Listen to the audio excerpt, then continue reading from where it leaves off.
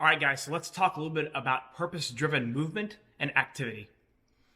Whenever you're training your jiu-jitsu techniques, you want to make sure that you're doing things with every part of your body that are purpose-driven, right? And of course, this is true on the mat and off the mat.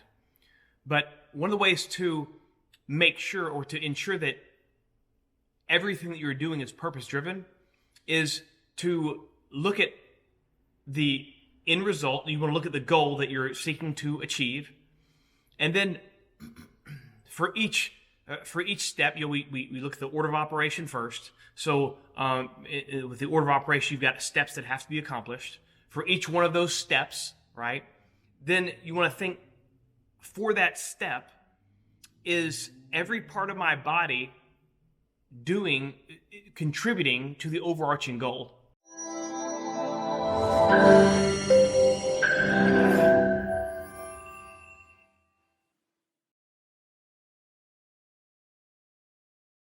So you kind of go around the body in a circle. You think, what is my head doing? What is my left arm doing? What is my right arm doing? What is my left leg doing? What is my right leg doing? And then you get more specific. You say, okay, how's my wrist or hand position? How's my elbow? Should it be out or in? Should I be using my hips should be more forward or back? Should I be dropping my shoulder? Which shoulder should be more proximal? You ask yourself all these things to determine and to make sure that all the resources you have at your disposal are aligned with the objective that you're pursuing. How are you going to make sure that the thing that you're doing is purpose-driven in relation to the goal?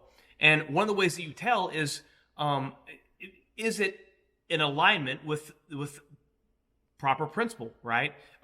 Is it principally sound? Is what you're doing making you more centered, right? Are you increasing the leverage that you're applying? Are you controlling inside the 5 points? Are you utilizing the wedges? Are you doing these things, right, to help ensure that your technique is going to be tighter and more efficient? And not only is one part of you, but is every resource contributing to that, right?